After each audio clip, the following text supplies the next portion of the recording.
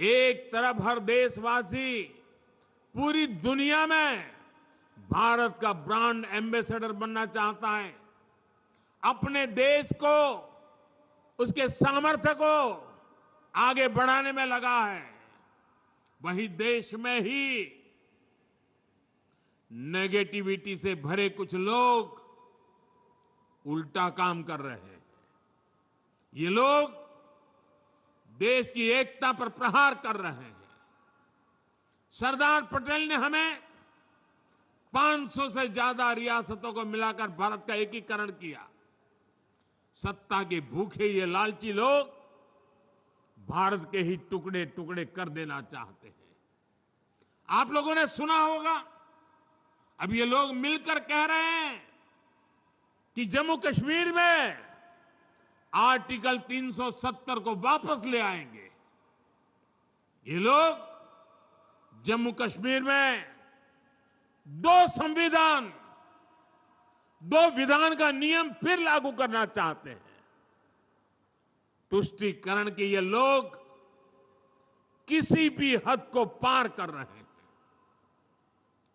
नफरत से भरे हुए लोग भारत को बदनाम करने का कोई मौका नहीं छोड़ते। ये लोग गुजरात को भी लगातार निशाने पर ले रहे हैं। इसलिए गुजरात को इनसे सतर्क भी रहना है और इन पर नजर भी रखनी है। साथियों, विकसित होने के रास्ते पर चल रहा भारत ऐसी ताकतों से डटकर मुकाबला करेगा।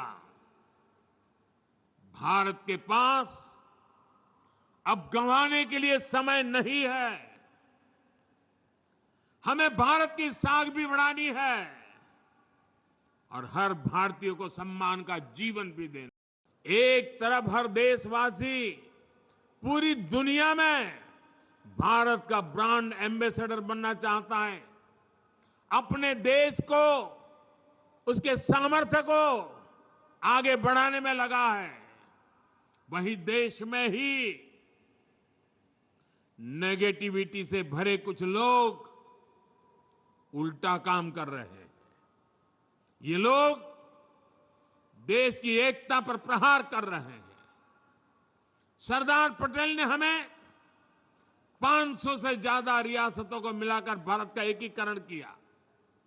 सत्ता के भूखे ये लालची लोग भारत के ही टुकड़े टुकड़े कर देना चाहते हैं। आप लोगों ने सुना होगा, अब ये लोग मिलकर कह रहे हैं कि जम्मू कश्मीर में आर्टिकल 370 को वापस ले आएंगे। ये लोग जम्मू कश्मीर में दो विधान का नियम फिर लागू करना चाहते हैं। तुष्टीकरण के ये लोग किसी भी हद को पार कर रहे हैं। नफरत से भरे हुए लोग भारत को बदनाम करने का कोई मौका नहीं छोड़ते। ये लोग गुजरात को भी लगातार निशाने पर ले रहे हैं। इसलिए गुजरात को इनसे सतर्क भी रहना है और इन पर नजर भी रखनी है। साथियों, विकसित होने के रास्ते पर चल रहा भारत ऐसी ताकतों से डटकर मुकाबला करेगा। भारत के पास अब गंवाने के लिए समय नहीं है। हमें भारत की साख भी बढ़ानी है और हर भारतीय को सम्मान का जीवन भी देना है।